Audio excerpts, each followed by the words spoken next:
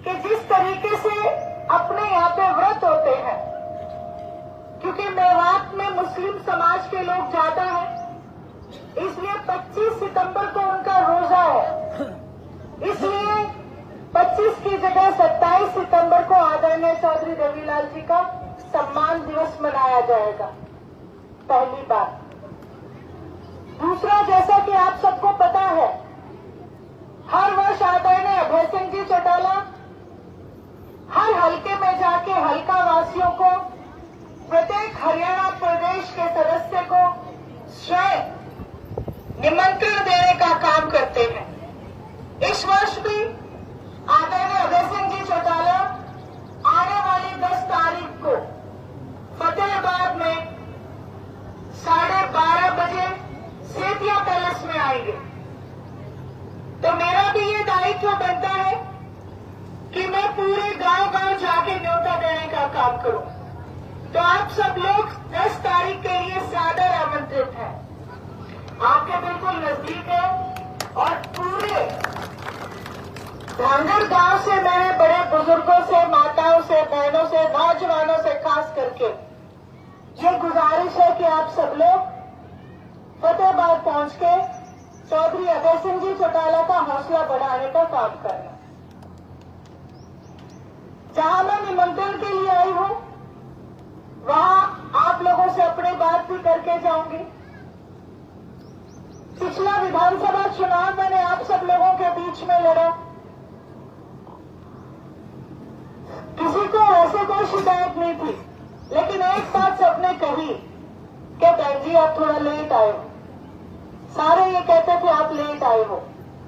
तो आज सारा गांव यहाँ पे मैं पूछ लूं, अब तो लेट नहीं हो क्या?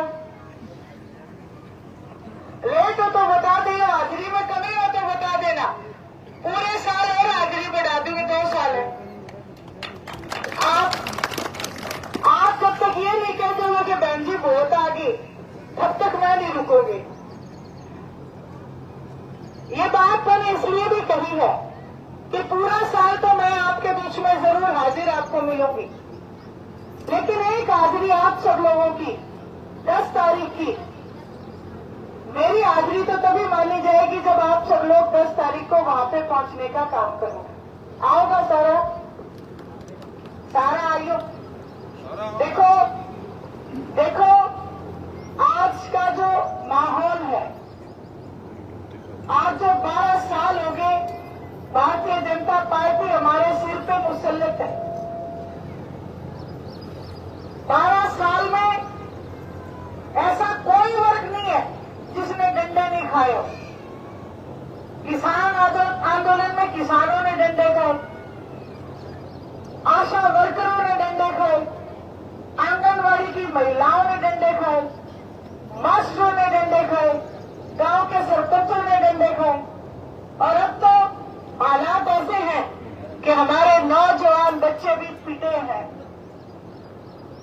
जंतर मंतर पे नौजवान बच्चों ने कोई जुर्म नहीं किया था, सिर्फ सरकार से ये डिमांड की थी कि 150 बार हमारे पेपर लीक हो चुके हैं, इनकी कोई तो जिम्मेवारी ले लो।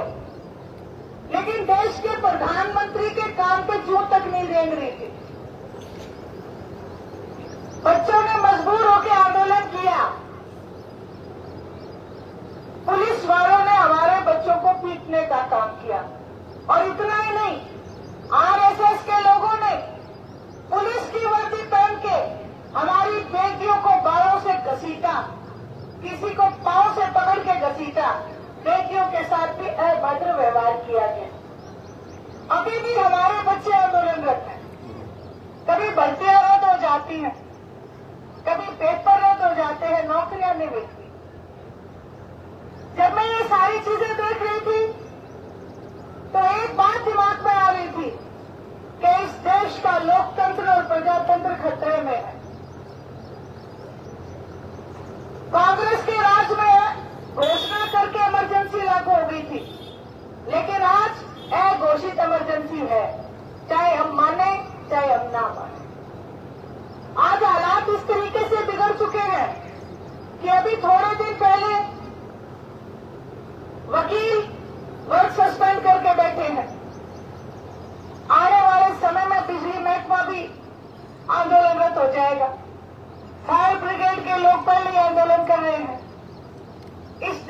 ढांचा चलेगा कैसे, ये चिंता का विषय। आप सब लोगों के बीच में आई हूं तो आपसे एक प्रार्थना करके जाऊंगी। क्षेत्रीय दल, इंडियन नेशनल लोक दल हमेशा जनता की आवाज को बुलंद करता रहा है और आगे भी हमेशा आपकी आवाज को बुलंद करते रहेंगे। आपने देखा पिछले दिनों, मैं तो कहती हूं बूटे झपट में आते आते बचे, ये भारतीय जनता पार्टी ने आप लोगों की पेंशन काट देनी थी, लेकिन अभय सिंह जी चौटाला ने पूरे हरियाणा प्रदेश से कहा कि अगर बुजुर्गों के मान और सम्मान में कमी की गई तो हम पंचकुला पर चढ़ाई करने का काम करेंगे। नतीजा ये हुआ, सरकार को घुटने टेकने पड़े और कई बुजुर्गों ने मुझे बताया कि बेटे हमारी तो 3-3 महीने की बड़ी तनख्वाह भी आ गई खाते में, आगे के नहीं आ गई, और 200 रुपए बढ़ के आई। चाहे पानी का मुद्दा हो, बिजली का मुद्दा हो, किसान का मुद्दा हो, इंडियन नेशनल लोक दल आपको सड़कों पे आपके लिए लड़ाई करती हुई नजर आई। लेकिन सवाल ये है, बिना हथियार के कितने दिन लड़े, और हथियार आप लोगों के पास है। जब तक आप मजबूत नहीं बनाओगे तब तक इस लड़ाई को कैसे लड़ेंगे, ये सोचने का विषय है। ये जो बड़ी पार्टियां हैं, नेशनल पार्टियां, भारतीय जनता पार्टी और कांग्रेस पार्टी, ये दोनों आपस में मिलकर क्षेत्रीय दलों को खत्म करना चाहती है, क्योंकि क्षेत्रीय दल क्षेत्र की आवाज को बुलंद करते हैं। आप खुद सोचो, ये पूरे हिंदुस्तान में कभी यूपी में चुनाव लड़ते हैं, कभी पंजाब में लड़ते हैं, कभी राजस्थान में लड़ते हैं, कभी बिहार में लड़ते हैं, कभी एमपी में लड़ते हैं, महाराष्ट्र में लड़ते हैं, लेकिन इंडियन नेशनल लोक दल पार्टी तो आपके बीच में रहती है, आपकी लड़ाई लड़ने का काम कर रही है। आपने देखा राज्यसभा का चुनाव, दोनों पार्टियां मिलकर चुनाव लड़ रही थी। भूपेंद्र सिंह हुड्डा को जब नेता प्रतिपक्ष बनना था तो उनके साथ सारे एमएलए खड़े नजर आए, 38 के 38, लेकिन जब राज्यसभा का चुनाव आया तो कहने लगे कि नो, हमारे बागी हो गए, ये मेरी भगत नहीं तो क्या है। इन सारी बातों को आप सबको समझना पड़ेगा। मुझसे बड़े बुजुर्ग यहां बैठे हैं, वो सब समझते भी हैं, लेकिन इस बार मेरी आपसे हाथ जोड़ के प्रार्थना है, अभय सिंह जी चौटाला को मौका जरूर देना। नौजवानों की लड़ाई में भी आगे आपको खड़े मिले, किसान की लड़ाई में खड़े मिले। जब ये आंदोलन था तो एक बात और आपने देखी होगी कि शिक्षा मंत्री का इस्तीफा नहीं लेना चाहते थे। ये तो बच्चों ने दबाव दिया तो शिक्षा मंत्री का इस्तीफा मजबूरी में लेना पड़ा। इन लोगों ने कुर्सी को बड़ा कर दिया और जनता को छोटा करने का काम किया।